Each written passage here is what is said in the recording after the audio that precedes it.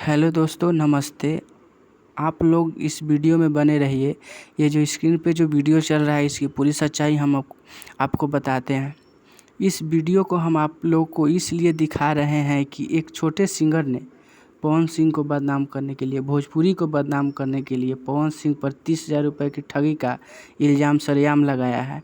और इसी वीडियो को उसने एडिट करके, जो आपके बगल में, जो इस स्क्रीन के बगल में दिखाएगा, इसी वीडियो को एडिट करके उस छोटे सिंगर ने, उस छोटे चूतिए बच्चे ने अपने माँ के साथ एडिट करके लगाया है और बोला कि पवन सिंह वीडियो कॉल करके हमसे 30,000 रुपये की ठगी किए हैं फिल्म में काम देने के लिए, गाना गवाने के लिए।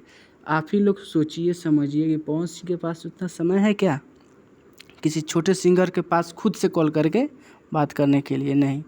और इस वीडियो को आप लोग ध्यान से देखिए। जब बारिश बन जाना सॉन्ग का शूट पवन सिंह ने किया था और करके शाम में लाइव आए हुए थे पुदीना सॉन्ग के लिए, शायद वहाँ 1 नंबर ट्रेंडिंग पे वो सॉन्ग चल रहा था। उस वक्त का वीडियो है। आप लोग खुद इस वीडियो को देख लीजिए गौर से, उसके बाद आप लोग बताइए कि कौन सही है और कौन गलत है। जय हिंद दोस्तों।